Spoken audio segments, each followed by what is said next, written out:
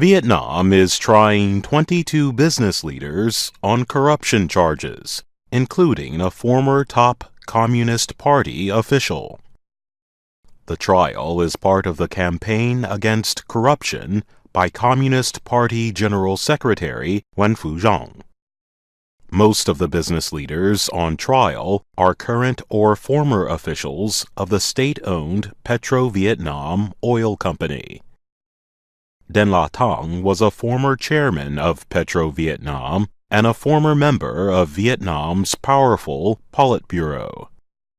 The Politburo is the top political committee in a communist form of government.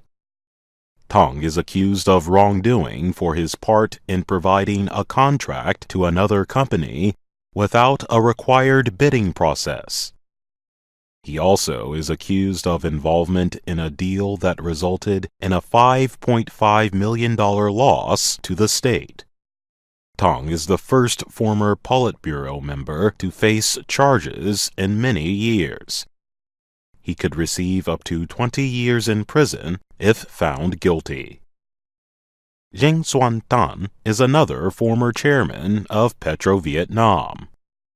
He is accused of several charges, including taking $186,000 for himself. The crime of embezzlement can be punished with a death sentence in Vietnam. Last August, Germany said the Vietnamese intelligence service kidnapped Tan from a park in Berlin. Vietnam denied the accusation. Officials said Tan turned himself in voluntarily. However, the incident caused Germany to expel 2 Vietnamese diplomats. Le Hong Hip is an expert at the IC's Yusof Ishak Institute in Singapore.